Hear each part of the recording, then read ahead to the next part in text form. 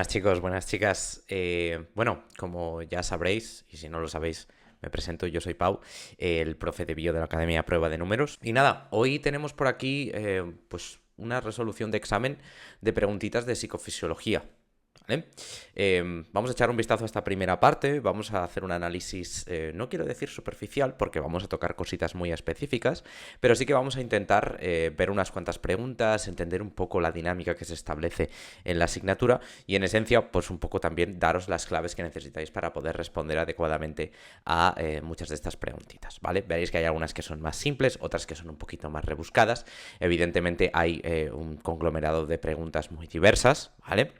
A lo mejor alguna no suena este año, no hay ningún problema. Hay rotaciones y hay variaciones a lo largo de todos los cursos. Entonces tengamos esto presente, ¿vale? Si tenéis alguna duda, por supuesto, no dudéis en dejarla en los comentarios, ¿vale? Les echamos un vistacito y, bueno, vamos a meternos con ello directamente, ¿vale? Nos dicen en la primera preguntita, respecto a los canales iónicos de los mecanorreceptores del tacto.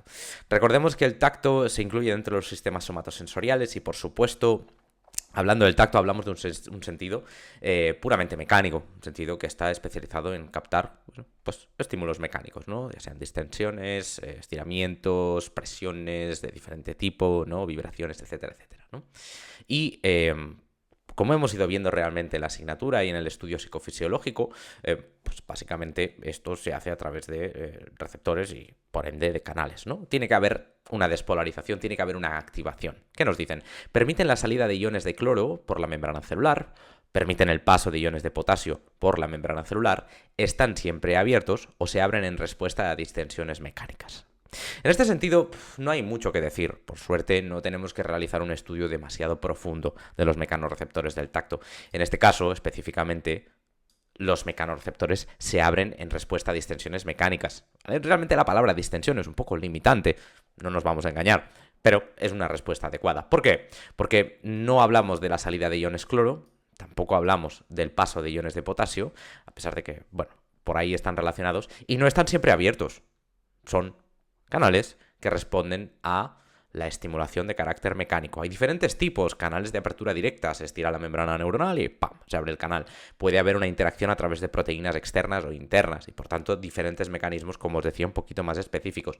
La clave aquí es que la despolarización que acaba provocando la activación de la neurona está provista y promovida por iones de sodio, ni de cloro ni de potasio. ¿Vale? Relativamente sencillita, quizás un poquito más de lo normal, pero bueno, el truco siempre acaba siendo, por lo general, en casi todos los sentidos, que la activación, la despolarización del receptor o de la neurona, el receptor neurosensorial, ¿no? Viene provista o de calcio a través de la interacción con el calcio o con el sodio, ¿no? Que estos iones atraviesen la membrana y que, por supuesto, pues, provoquen una despolarización.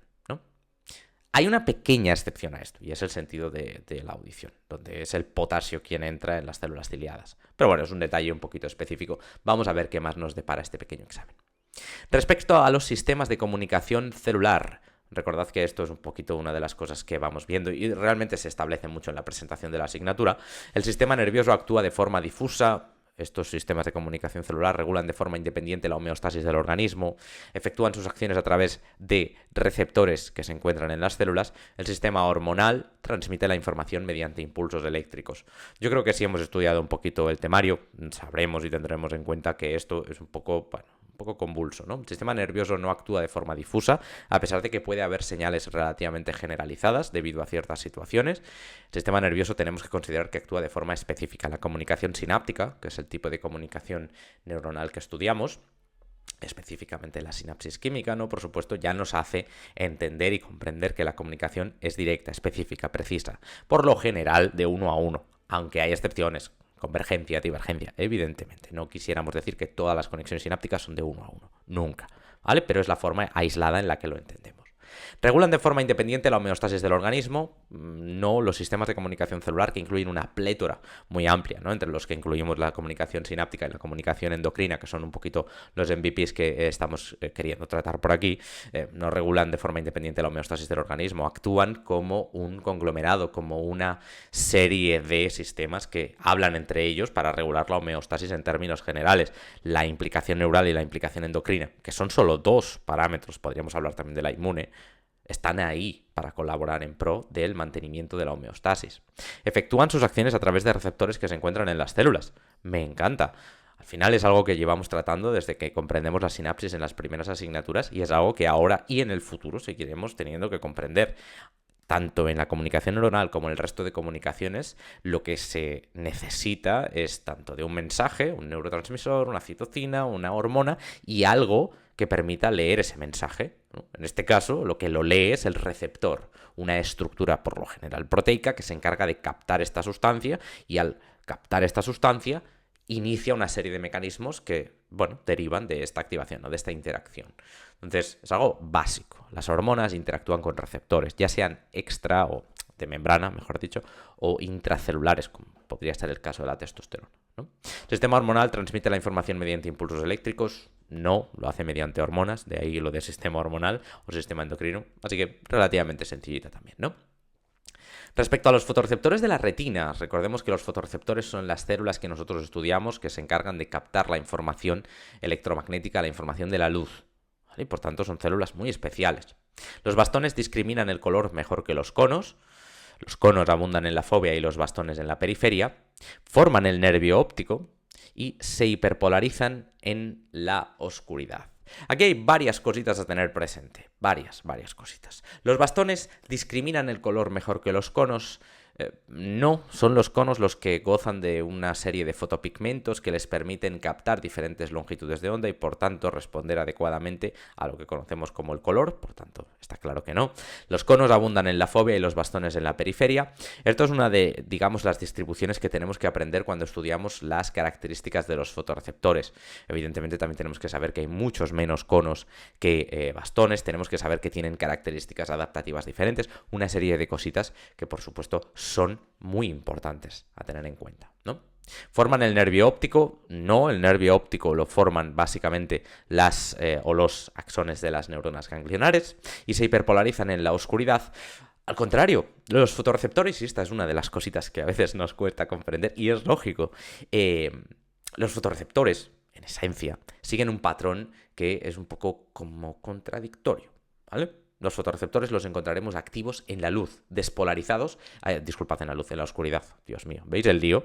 Encontramos a los fotorreceptores activos en la oscuridad. Siempre solemos decir, y nosotros en las clases así lo repetimos, que el estímulo favorito de un fotorreceptor, aunque parezca raro, es la oscuridad. Ante la luz, el fotorreceptor se inhibe, se hiperpolariza. Y eso es lo que desencadena una serie de activaciones que, bueno, se relaciona con células on, células off, etcétera, etcétera, ¿vale? Cuando nos desplazamos, bailamos o conducimos, somos capaces de mantener la mirada fija en un punto particular de interés debido al reflejo. Esta es muy fácil, aquí no hay mucho misterio, oculovestibular. Un reflejo que hemos estudiado cuando hablábamos del sistema vestibular, ese reflejo que en esencia, bueno, tal y como nos describe la pregunta, nos permite mantener la mirada fija en situaciones de movimiento de nuestra cabeza, de desplazamiento en un vehículo, lo que sea. Relativamente sencillita, el resto se encargan de o el mantenimiento del equilibrio o el control de ciertas características asociadas a el mismo, ¿vale? Por tanto, poca cosa más. El ROV, el reflejo oculovestibular, súper importante de cara al examen. La intensidad del sonido se codifica, por tonotopía, el retraso temporal interaural, la frecuencia de descarga neuronal y el número de neuronas que responden, el acoplamiento de fase de la descarga neuronal con el sonido. Aquí hay varias cositas que tenemos que tener en cuenta y en el tema de la audición, que por supuesto hemos identificado el sujeto, ¿no? En el tema de la audición hay una serie de cositas a tener presente. Muy recomendable que tengáis las vías claras con sus relevos y sobre todo los mecanismos de codificación y los mecanismos de identificación o de localización en el plano horizontal específicamente, ¿vale? En este caso, cuando hablamos de la tonotopía, hablamos de la identificación de la frecuencia del sonido. El código tonotópico o la tonotopía es esa distribución espacial que se hace tanto desde lo que puede ser la superficie de la membrana basilar hasta lo que conocemos como A1, la corteza auditiva primaria, un mantenimiento de la distribución de la preferencia por las frecuencias, ¿no? Y por tanto, pues las características que se asocian a nuestra amiga la membrana basilar. Por tanto, no, esto serviría para la frecuencia. Lo mismo podríamos decir con el acoplamiento de fase. El acoplamiento de fase es un mecanismo que permite a las neuronas identificar la frecuencia del sonido, en este caso de los sonidos de baja frecuencia, ¿vale? Entonces, bueno, que lo tengamos en cuenta. Este se basa en bueno, realmente el nombre nos lo dice, ¿no? El acoplamiento. La forma en la que las neuronas disparan potenciales de acción siguiendo los ciclos y, por tanto, la fase de la onda, ¿no? Y, por tanto, esa característica, digamos, rítmica que permite a una neurona disparar potenciales de acción correlativos a la frecuencia, ¿no? De nuevo, para bajas frecuencias. El retraso temporal interaural se utiliza, las diferencias interaurales, que también las conoceréis así, se utiliza estas características de divergencia, ¿no? De contraste entre ambas informaciones de cada oído. Se utilizan sobre todo para la localización en el plano horizontal. Existen diferentes, ¿no? La diferencia de tiempo, las diferencias de fase, las diferencias de intensidad, pero bueno, al final son todas diferencias interaurales, cosas que se presentan como discrepancia, podríamos decir, entre ambos oídos. La frecuencia de descarga neuronal y el número de neuronas que responden, el código de frecuencia y el código de poblaciones. Algo que venimos estudiando desde el principio en esta asignatura y que es increíblemente importante. Las glándulas endocrinas presentan una gran variedad de formas y tamaños. Nos dicen que todas las opciones son correctas, vamos a ver si eso es así. Secretan sustancias al exterior del cuerpo, están todas ubicadas en el cerebro. Aquí hay varias cositas a tener presente. Las glándulas endocrinas, en esencia, son el conjunto de estructuras. Por lo general se las suele llamar también diana, cuando hablamos de la implicación con los sistemas porta, pero son estructuras que están especializadas en la liberación de algún tipo de sustancia, específicamente en este caso hormonal, ¿no? A pesar de que a veces pueden liberar otras cosas. Indistintamente, ¿qué tenemos que tener en cuenta aquí? Bueno, las glándulas endocrinas no solo están presentes en el cerebro, están presentes en todas partes. Las glándulas endocrinas lo que hacen es liberar hormonas al torrente sanguíneo y, en esencia, aunque parezca un poco raro, presentan una gran variedad de formas y de tamaños. No todas las glándulas endocrinas son iguales. Hablamos de las glándulas suprarrenales, la glándula tiroides, hablamos de la glándula pineal, diferentes tamaños, diferentes ubicaciones, pero al final un cometido muy similar, la liberación de hormonas. Por tanto, aquí hay que tener en cuenta varias cositas, ¿vale? No están todas ubicadas en el cerebro, las hay por todo el cuerpo, no secretan sustancias al exterior del cuerpo, vaya tontería, las secretan al torrente sanguíneo, como hemos dicho, y presentan diferentes formas, ¿no? Vienen en diferentes tipos de paquetitos, podríamos decir, ¿vale? Así que tengamos mucho cuidado con este tipo de cosas, especialmente porque yo creo que son bastante obvias, pero muchas veces hay cosas que se nos pueden pasar por alto, así que una de las cositas que es importante de cara a los exámenes, y lo sabréis, es leer con calma y atención. Y yo soy el primero que a veces me tiro a la piscina y no me doy cuenta de algo. Precisamente por eso os insto a que no os pase igual que a mí, pero teniendo en cuenta pues, que hemos estudiado el temario y que vamos con la calma necesaria y con, simplemente la mente fría, ¿no? De voy a leer, voy a procesar esta información. Aunque tenga poco tiempo, aunque haya una presión muy grande, hay que intentar absorber esa información de la mejor manera posible, ¿vale? Sigamos, cuando la onda sonora entra en el oído, viaja a través de una serie de estructuras en el siguiente orden secuencial. El viaje de la onda sonora es algo muy importante y justamente nosotros en las clases es algo que venimos siempre repitiendo, ¿vale? La cosa es la siguiente, hay que tener muy claro las diferencias entre lo que es, digamos, la estructura del oído, externo, medio, interno, y a este respecto, evidentemente, conocer, pues un poquito las zonas de paso, ¿no? En este sentido, por lo que se puede apreciar claramente aquí, el primer puntito que podríamos fijarnos puede ser tanto el pabellón auricular como el canal auditivo. Ambos podrían estar bien. A lo mejor en este tipo de preguntas se puede omitir una de las partes. ¿Por qué? Porque nos interesa. Al final, aunque no esté incluido el pabellón, el canal auditivo es uno de los primeros puntos también, ¿vale? Por tanto, no es imprescindible. Pabellón auricular, cóclea, trompa de Eustaquio y conductos semicirculares. Esto no tiene ningún sentido. Aquí estamos mezclando algo del sistema vestibular. Entonces, poca cosa. Y justamente la cóclea, que vaya después de la oreja del pabellón auricular, pues es un poco raro, ¿no? Por tanto, esta la vamos a quitar de en medio.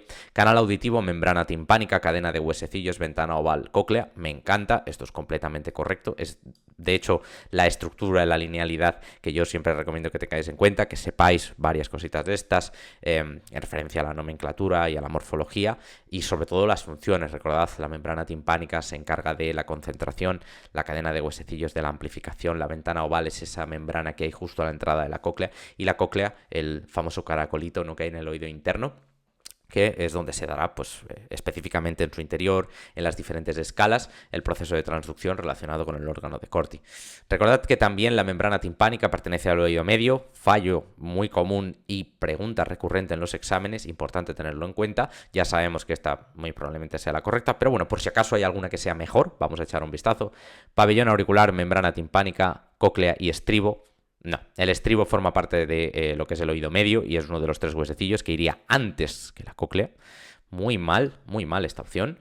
Canal auditivo, cadena de huesecillos, membrana timpánica. Ya podéis ver dónde está el problema. No hace falta seguir leyendo. La cadena de huesecillos va después de la membrana timpánica. Primero concentramos, posteriormente amplificamos. Así que relativamente simple, vamos directos al grano. Yo creo que es una pregunta muy facilita y es una que hay que tener muy en cuenta de cara al sistema auditivo. ¿Qué más nos toca? Nos toca la información gustativa.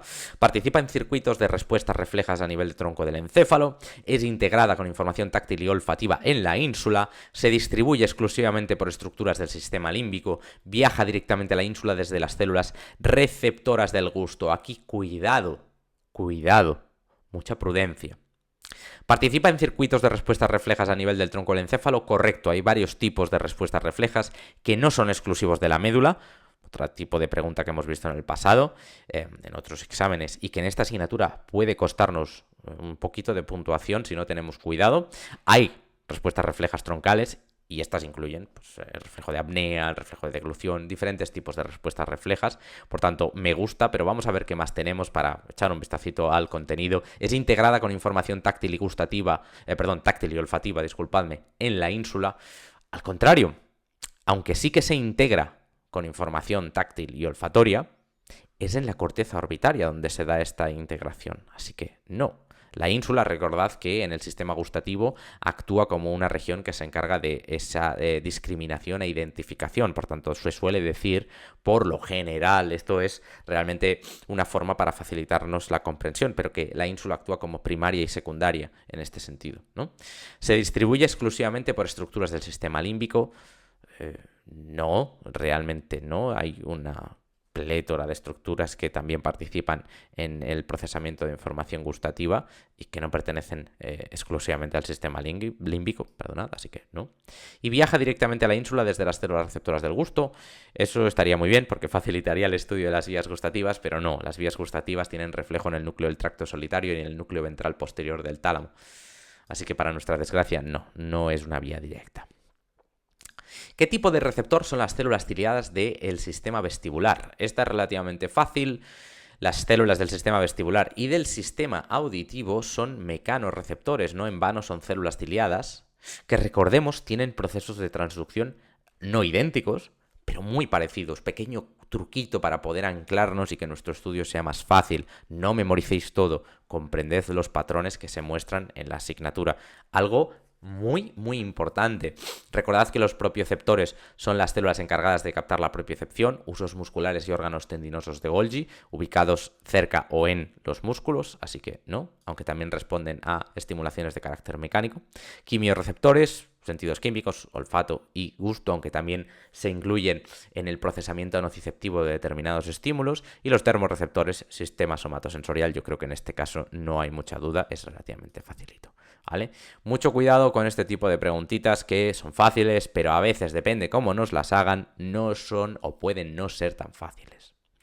El mecanismo por el cual las neuronas sensoriales de la vía auditiva pueden sincronizar potenciales de acción, identifiquemos el sujeto con la onda sonora para codificar su frecuencia, recibe el nombre de... Esta la hemos comentado previamente. Esto hace alusión básicamente al acoplamiento de fase. Ese fenómeno, ¿no? Si nos imaginamos que esto es una onda auditiva con unas características de frecuencia determinadas, las neuronas pueden disparar siempre en el mismo momento siguiendo lo que se conoce como la fase o el mismo momento a nivel de ciclo. La fase tenéis que imaginarla como un punto similar en cada ciclo, ¿no? Esto corresponde a una fase determinada porque cada piquito, digamos, ¿no? Cada cima, cada cresta de la onda está ubicada en un punto determinado del tiempo, ¿no? De la escala de tiempo que establezcamos, ¿no? Y por tanto la neurona lo que hace es disparar potenciales de acción siguiendo esta correspondencia con la fase, con este momento fijo, que yo lo he dibujado aquí un poquito mal, ya me perdonaréis, y esto es lo que se conoce como acoplamiento de fase, y algo que permite al sistema nervioso codificar la frecuencia. Uno de los dos mecanismos que como os he dicho antes sirve para la identificación de las frecuencias bajas, que permite codificar la frecuencia. El otro, recordad, que es la tonotopía, la modulación top-down. En este sentido no viene a servir para nada en este caso. La adaptación sensorial, aunque también podríamos pensar que está relacionada, no es un fenómeno que se relaciona con las características de los receptores y por tanto es una característica periférica, y la tonotopía es el otro. Sería jugoso esto como opción, pero esta se refiere a la ubicación dentro de lo que es la estructura de la membrana basilar y por tanto está más asociada no a las características temporales del estímulo, sino a las características espaciales del órgano como tal. ¿Vale? Y por tanto, bueno, pues una serie de cositas aquí que seguramente tendréis muy presentes, y si no, os recomiendo que le echéis un vistacito, que dentro de la teoría es algo súper importante, ¿vale?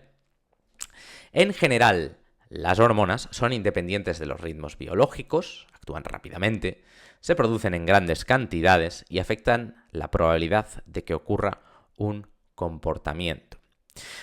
Bueno, aquí hay varias cositas a tener presentes, pero en términos generales os diría que lo más importante es que conozcamos los principios de la acción hormonal y por tanto que dentro del sistema neuroendocrino tengamos una serie de parámetros claros.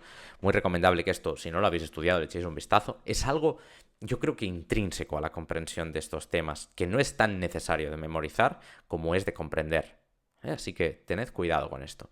No son independientes de los ritmos biológicos, lo hemos visto tanto en el tema del sueño como en el tema de sistemas neuroendocrinos. Y bueno, ya hemos visto que simplemente la melatonina pues, es uno de los grandes contribuidores, ¿no? A pesar de que hay otras hormonas implicadas en las características de segregación, de secretación, perdón, de carácter rítmico, ¿no? Actúan rápidamente, al contrario, su actuación es tarda, ¿no? Está o presenta un grado de latencia, no por nada, no porque sean peores las hormonas que los neurotransmisores, no nos equivoquemos, sino porque tienen unas características de acción que hacen que tarden más. Viajar por el torrente sanguíneo, responder a diferentes señales, hay un grado de, podríamos decir, retardo, pero tampoco me gustaría dejarlo en esa tónica, simplemente tardan más en hacer su efecto, pero es más prolongado.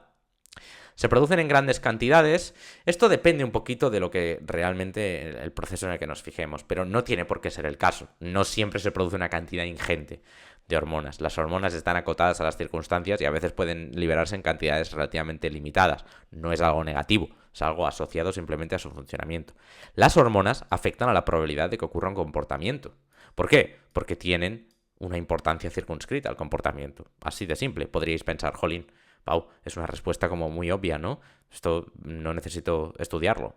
Ahí es a donde vamos. Hemos estudiado, hemos visto, hemos desarrollado diferentes procesos y la acción de las hormonas en la conducta. Estamos estudiando la conducta. No debería ser una sorpresa algo así, ¿no? Simplemente que tengamos un poquito de cuidado con esto, ¿vale? A veces la respuesta más simple puede ser como la más difícil de identificar, ¿no? Como correcta. La regulación aferente del dolor se refiere a el condicionamiento operante aversivo, la interacción entre mecanorreceptores del tacto y nociceptores, la modulación del dolor a través de los opiáceos endógenos, la modulación top-down proveniente del córtex cingulado anterior. Bueno, la modulación aferente es la que entra, ¿vale? La regulación, los modelos de analgesia aferente básicamente se refieren a la forma en la que cuando nosotros recibimos algún tipo de lesión o nos cortamos o nos damos un golpe o lo que sea, esa intervención táctil, ¿no? Esa presión, ese a veces masajeo de la región afectada ayuda a nivel de analgesia a disminuir la potencia o la intensidad de la transmisión nociceptiva. Básicamente es lo que hacemos cuando nos cortamos, estamos cortando cebolla, estamos cortando, ¡pam!, cortecito en el dedo, dolor, sangre, lo que hacemos es chupar la región. Por lo general, a veces es más recomendable limpiar la herida, ¿no? Pero aplicamos presión, nos apretamos, ¿no? Para disminuir ese dolor. Es algo como intrínseco, ¿no? Al hacernos daño, es cubrir, tocar, ¿no? Proteger incluso esa región afectada. Y eso es un tipo de modulación, es lo que conocemos como la regulación aferente a nivel de analgesia. La eferente corresponde a la acción de los opiáceos endógenos, como la sustancia gris periacueductal, las estructuras conocidas como los núcleos del RAFE. Y el locus, a nivel troncal, pues envían proyecciones descendentes que intervienen sobre también las conexiones nociceptivas a nivel medular, pero desde una perspectiva eferente, ¿no? Desde las estructuras del sistema nervioso central vamos a ir a la médula para intervenir sobre esa transmisión. ¿no? Por tanto, no es condicionamiento operante aversivo, aquí no estamos hablando de asignaturas de aprendizaje, aunque no es descabellado mezclar este tipo de cositas. Hablamos de la interacción entre mecanorreceptores del tacto, yo me corto, me toco, aprieto y por tanto meto una información táctil que interviene sobre la transmisión que se da en el asta dorsal. La modulación del dolor o piezas endógenos, hemos dicho que esto es la regulación eferente, y la modulación top-down proveniente del córtex cingulado anterior, no entra aquí a jugar esto. Vamos a seguir un poquito con, por lo que parece, sistema vestibular. El cerebro procesa el movimiento lineal de la cabeza y el cuerpo mediante el código de población, la diferencia binaural, el acoplamiento de fase o la modulación top-down.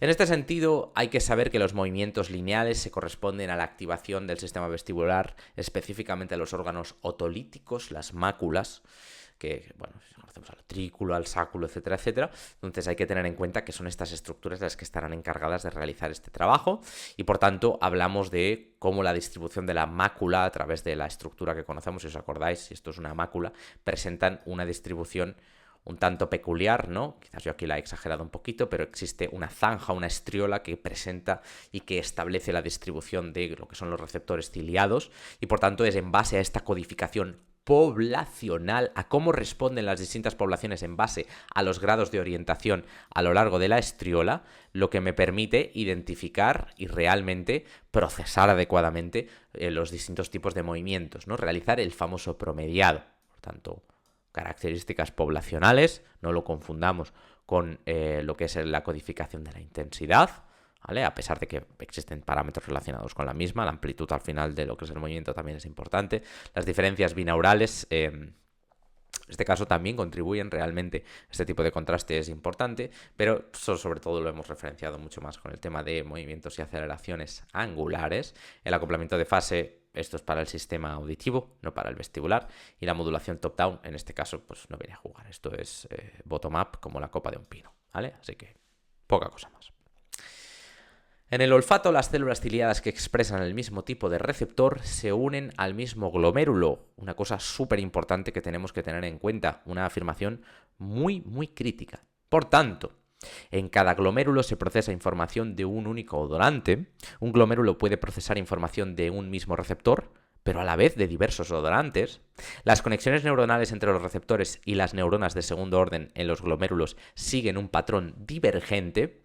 El olfato no utiliza el código de población. Bueno, lo primero que os voy a decir es que esto está muy mal. El olfato sí que utiliza la codificación poblacional. Cuantas más neuronas se activen, más intenso es el olor. Y de hecho, eso tiene mucho que ver también con la concentración del mismo. Por tanto, aquí hay diferentes cositas que yo creo que no se nos van a escapar.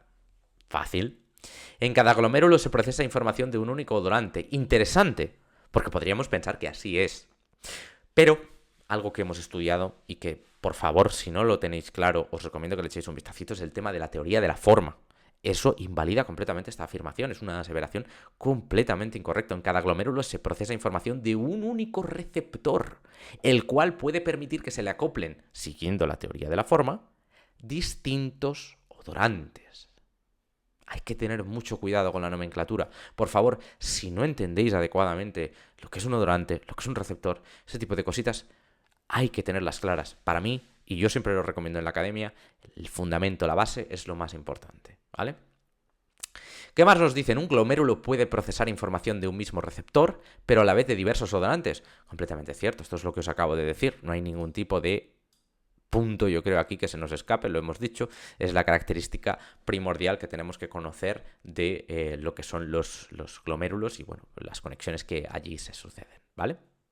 Y por último, las conexiones neuronales entre los receptores, las células olfatorias o neuronas olfatorias y las neuronas de segundo orden en los glomérulos siguen un patrón divergente. Por tanto, existe básicamente una conexión que podría ser de 1 a 4, ¿no? Donde las neuronas de segundo orden presentan esa divergencia y las neuronas olfatorias, pues básicamente son o pueden ser unitarias, ¿no?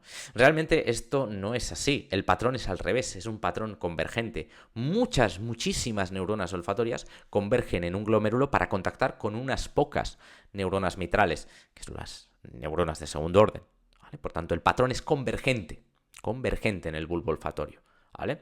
Aprovecho para recordaros que las neuronas olfatorias también se conocen o pueden conocerse como neuronas ciliadas olfatorias y que es muy importante que recordéis, por un lado, su span de vida, es decir, cuánto tiempo duran y su relación con las células madre, y también recordad que tienen una morfología característica bipolar, ¿vale? Dos detallitos que de cara a los exámenes no quiero decir que vayan a caer, pero que son algo a tener muy presente. La información propioceptiva viaja por fibras de conducción lenta, fibras amielínicas, axones de pequeño diámetro o fibras A-alfa. En este caso, tema sistema somatosensorial, hay que tenerlo muy claro. Una de las cosas que estudiamos, nosotros por lo menos le damos siempre mucho énfasis, luego evidentemente los profesores seguro que también nos han hablado de ellos, súper importante el tema de las fibras A-alfa para la información propioceptiva. La información propioceptiva es la que más rápido viaja en la transmisión somática. Viaja a través de fibras que están altamente mielinizadas y que además tienen el mayor grosor. Por tanto, el resto no tienen mucho sentido. Podríamos decir, aunque esta afirmación no me gusta del todo, pero podríamos decir que la información propioceptiva es la más importante, y aquí las comillas son importantes, valga la redundancia, ¿vale? No quiero que caigáis en pensar eso, pero sí que quiero que entendáis y que, bueno, tengáis un poco esta información contextualizada y que la tengáis un poco en contraste. El mecanismo de adaptación sensorial evita que el sistema nervioso reciba información reiterativa, está presente solo en el sistema somático, se produce por la respuesta prolongada de los receptores fásicos, se da porque las neuronas sensoriales están distribuidas topográficamente a lo largo de la vía. No nos dicen cuál, simplemente nos hablan de la vinculación con las vías aferentes, ¿no?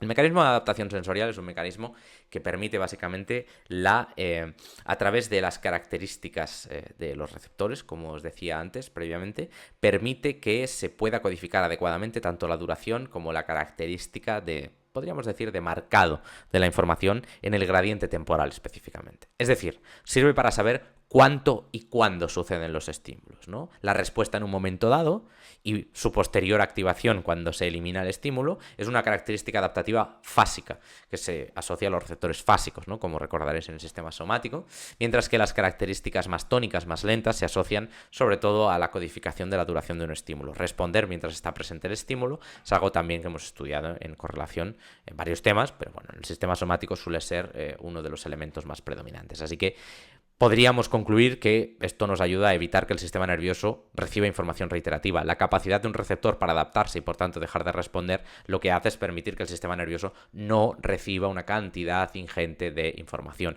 Y esto no es exclusivo del sistema somático, está en el olfatorio, está en el auditivo, está presente en diferentes dimensiones. No se produce solo por la respuesta prolongada de los receptores fásicos. Primero, porque los fásicos son solo uno de los tipos o de las clasificaciones según la adaptación, y segundo, porque su respuesta no es prolongada, es rápida y podríamos decir efímera, ¿no? Son aquellos que se adaptan rápidamente, por tanto, no. ¿Se da porque las neuronas sensoriales están distribuidas topográficamente?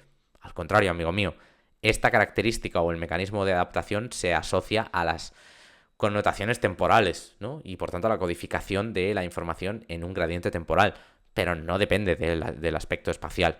¿Vale? A pesar de que puede haber clasificaciones que dependan de la topografía, es decir, que haya receptores fásicos ubicados en base a su topografía, pero eso no define si el receptor es fásico o tónico, eso lo clasifica en una posición u otra, ¿vale? Aquí entramos en pormenores un poco más específicos, pero bueno, cosas que no nos interesa y que no nos deben interesar ahora mismo, ¿vale?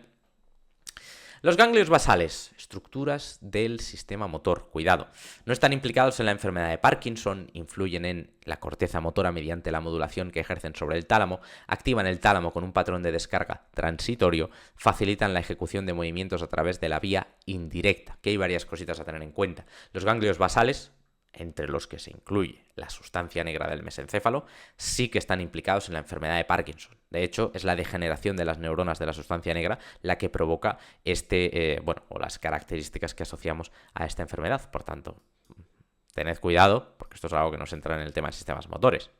Influyen en la corteza motora mediante la modulación que ejercen sobre el tálamo. Me encanta, recordad que son los núcleos ventral lateral y ventral anterior del tálamo, específicamente a través de lo que son las conexiones del globo pálido, que con él se comunican. ¿Vale? Así que esta es maravillosa. Vamos a ver qué más nos depara esta preguntita. ¿Activan al tálamo con un patrón de descarga transitorio? No. ¿Facilitan la ejecución de movimientos a través de la vía indirecta? Pues tampoco, es a través de la vía directa, a través de la cual se facilita la realización de movimientos. Y del movimiento pasamos a la vista. Una célula ganglionar de centro off hace la fototransducción cuando la luz incide sobre todo su campo receptivo. Hay que tener cuidado porque las células ganglionares, aunque sí que hay algunas que son sensibles a la información lumínica, es decir, que pueden procesar la luz, no realizan la fototransducción. Esos son los fotorreceptores. Hacen sinapsis con células horizontales. Estos son básicamente las bipolares, así que no me gusta. Muestra la máxima excitación cuando la luz incide sobre todo su campo receptivo, es decir, teniendo en cuenta el promediado, cuando la luz incide sobre todo su campo receptivo, es decir, que llenamos todo esto con luz, entonces es cuando se activa más. No, la célula ganglionar de centro off, por definición, es aquella que se activa cuando la luz, y se activa máximamente cuando la luz incide sobre su periferia, disculpadme, ¿no? Sobre el donut de su campo receptivo, sobre la periferia del campo receptivo, no sobre el centro. Y por tanto muestra la máxima excitación cuando la luz incide solo sobre la periferia de su campo receptivo. Y aquí es muy importante tener en cuenta varias cosas. La primera, eso no quiere decir que solo se active cuando se ilumina toda la periferia, o que no se puede activar si también se ilumina el centro, porque las células ganglionares llevan a cabo el promediado de la información. En base a cuánto y cómo se ilumine su campo receptivo, veremos grados de activación y patrones de descarga distintos. Su máxima activación se da cuando se ilumina completamente solo la periferia. Súper importante esto, ¿vale? Tened cuidado. Respecto a las vías del tacto, lepniscomedial y espinotalámica. Bueno, lepniscomedial realmente, pero bueno, sistema somatosensorial también estudiamos la espinotalámica, así que la meto un poco con calzador aquí, ¿vale? Las fibras que llevan información del bulbo raquídeo al tálamo forman el cordón dorsal. El cordón dorsal no está en el tronco, el cordón dorsal está en la médula espinal. Mucho cuidado con esto. También lo llamamos la vía de las columnas dorsales. La información táctil, perdonadme, procedente de la cabeza, incluye la cara, viaja por la vía anterolateral. No, la vía que recoge la información táctil de la cara se llama la vía trigeminal. No hay duda de esto, yo creo, ¿no? Es algo bastante fácil, el nervio trigémino y toda esta historia, ¿no? La corteza somatosensorial primaria de cada uno de los hemisferios recibe información táctil de la mitad ipsilateral del cuerpo.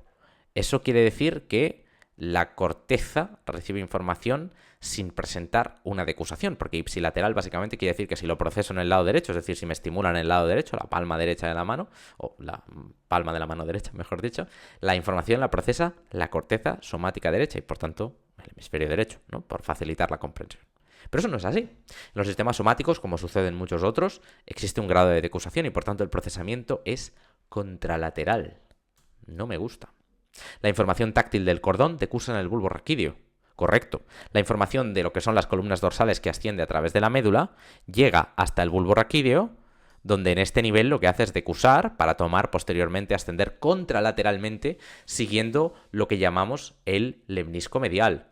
Por tanto, tengamos cuidado con esto, ¿vale? Sé que tapa un poquito la imagen, pero básicamente la idea es esta. Subimos por la médula ipsilateralmente, llegamos al bulbo raquídeo y en el bulbo raquídeo posterior a la sinapsis, la neurona de segundo orden, decusa y el ascenso es a través del lemnisco medial con carácter contralateral, ¿vale? Por tanto, mucho cuidado, mucho cuidado.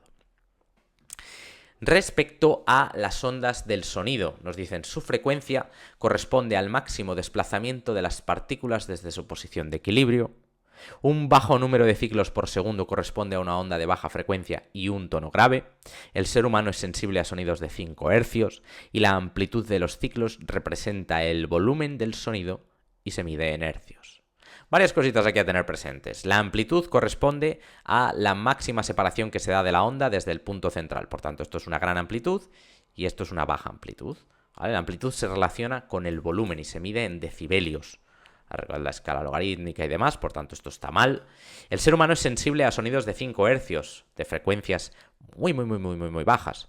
Por lo general el truco aquí suele ser que somos sensibles y el rango realmente es variable entre personas y disminuye con la edad, bla.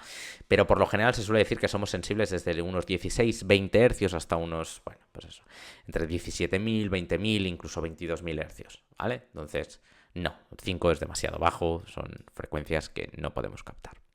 Un bajo número de ciclos por segundo corresponde a una onda de baja frecuencia y un tono grave. Por definición, esto es completamente correcto, ¿vale? Una baja cantidad de ciclos por segundo serían básicamente ondas así muy amplias, ¿no? Y por tanto, una gran longitud de onda, una baja cantidad de ciclos por unidad de tiempo, y esto es lo que llamamos un tono muy grave, ¿no? Yo hago aquí la tontería, pero creo que entendéis a qué me refiero, ¿no?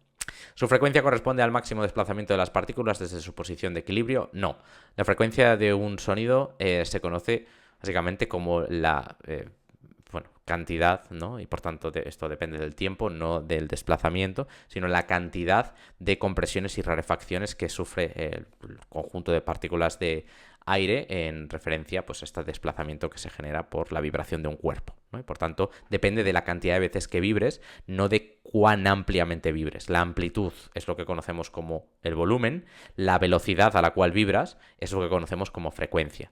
Y puede haber variaciones de alta frecuencia y alta amplitud, ¿eh? No es incompatible vibrar muy rápido con vibrar muy ampliamente. Eso hay que tenerlo en cuenta, ¿vale? Por tanto, esto, sobre todo, súper importante de cara a los exámenes, que tengáis también en cuenta las características físicas de la onda auditiva, porque os va a ayudar un montón, ¿vale? Va a ser súper importante. Nos dicen, el hipotálamo controla respuestas neuroendocrinas, conductuales o autónomas. No, autonómicas, no, autónomas. Cuidado con esa falta. Las respuestas básicamente son todas correctas. El hipotálamo está mezclado con todo lo que veis aquí. De hecho, lo hemos estudiado ampliamente en asignaturas anteriores y lo seguiréis estudiando porque el hipotálamo es súper importante. Respuestas neuroendocrinas, ya lo hemos visto con la respuesta al estrés, respuestas conductuales como la conducta del sueño y respuestas vegetativas. Pues como cualquier respuesta que esté asociada al aumento de la tasa cardíaca, de la frecuencia cardíaca o de lo que sea, ¿no? Eso ahí ya no vamos a entrar, pero no queremos hablar del sistema simpático y parasimpático. Pero bueno, sí que es interesante destacar este tipo de cositas, ¿vale? Respecto a la aceleración lineal, las aceleraciones lineales ya lo hemos comentado antes, son pues aquellos desplazamientos en los ejes, ¿no? En los 3 ejes del espacio, bastante simple yo creo, esto no tendréis ningún problema. Se conocen como rotaciones. No, una rotación sería un movimiento a lo largo, ¿no? A través de los ángulos, ¿no? Que puede describir un eje en concreto, ¿no? Y por tanto eso es un movimiento rotacional, no lineal. Es la aceleración que percibimos, por ejemplo, cuando viajamos en un tren, completamente, una aceleración de adelante hacia atrás, ¿no? Que provoca el desplazamiento en la dirección opuesta. Bastante simple esto. Solo la percibimos en una dirección, por ejemplo, de atrás hacia adelante, nos dicen. No, la percibimos en los 3 ejes del espacio, ¿vale? Así que bastante sencillo también, y es destacada por los canales semicirculares. No, las aceleraciones lineales, los movimientos en los ejes, son detectados y procesados gracias a los órganos otolíticos, el utrículo y el sáculo, no los conductos semicirculares, ¿vale? Respecto a los canales iónicos de los mecanorreceptores del tacto, dicen, se abren en respuesta a distensiones mecánicas. Bueno, esta pregunta ya la hemos visto, una preguntita repetidita. Básicamente, bueno, hay que tener cuidado, como os he dicho al principio, con el tema de los canales, con el tema de los estímulos, pero bueno, bastante facilita, ¿no? Distensiones mecánicas. Y por último, en este puntito, ¿vale? Para esta primera parte, nos dicen, respecto al cerebelo. Su lesión produce el corea de Huntington, integra información cortical, medular y vestibular para coordinar el movimiento, participa en la corrección de la postura, pero no en los movimientos de las extremidades, y forma parte de lo que conocemos como la vía piramidal o córtico-espinal. Bueno, aquí hay varias cositas a tener en cuenta. Es la lesión o la degeneración del cuerpo estriado, ¿no? Del caudado y el putamen de ciertos grupos de neuronas GABAérgicas, lo que desarrolla en el corea de Huntington. Por tanto, no, el cerebelo no tendría que ver con esto. Integra información cortical, medular y vestibular para coordinar el movimiento, completamente cierto. Está relacionado con el elemento modulador de la jerarquía de los sistemas motores. Así que, de nuevo, yo creo que algo a nivel introductorio del tema de sistema motor, bastante simple de ver, no vais a tener ninguna complejidad. Y participa en la corrección de la postura, pero no en los movimientos de las extremidades. Esto es incorrecto. Específicamente podemos destacar, por ejemplo, la implicación del vermis o de simplemente las regiones espinocerebelosas que se asocian con los movimientos de las extremidades, ¿no? Y por tanto la intervención sobre los fascículos rubroespinal, etcétera, etcétera, ¿no? Sí que participa en la corrección de la postura y también en la corrección de ciertos tipos de movimientos pertenecientes a las extremidades, ¿vale? ¿Forma parte de la vía piramidal? No, la vía piramidal básicamente la hemos estudiado, es una vía que va desde la corteza hasta lo que es la médula espinal, de cursación en las pirámides vulvares, etcétera, etcétera, y esta se encarga básicamente del control especialmente de la musculatura distal, por tanto, no, el cerebelo aquí en medio no está. Puede intervenir sobre cómo funciona y a nivel de gradiente temporal cómo se estructuran ciertos tipos de movimientos de la vía piramidal, pero no forma parte de la vía piramidal como tal, ¿vale? Como veis, muchos detallitos desperdigados, muchas cositas a tener en cuenta. Nos gusta mucho que tengáis sobre todo la base muy presente. Como os he dicho, si tenéis cualquier duda o tenéis cualquier comentario, apunte o lo que sea, dejádnoslo en comentarios, estamos encantados. También os dejaremos algo de información en la descripción por si os interesa. Y nada, hasta aquí llegamos con esta primera parte. En la siguiente nos vamos a dedicar a ver un grupito de preguntas también adicional de este modelo de examen. Como veis, de momento muchas han sido sencillitas. Veremos a ver qué nos depara la siguiente parte con respecto a este examen de psicofisio, ¿vale? Nos vemos en la siguiente, chicos y chicas.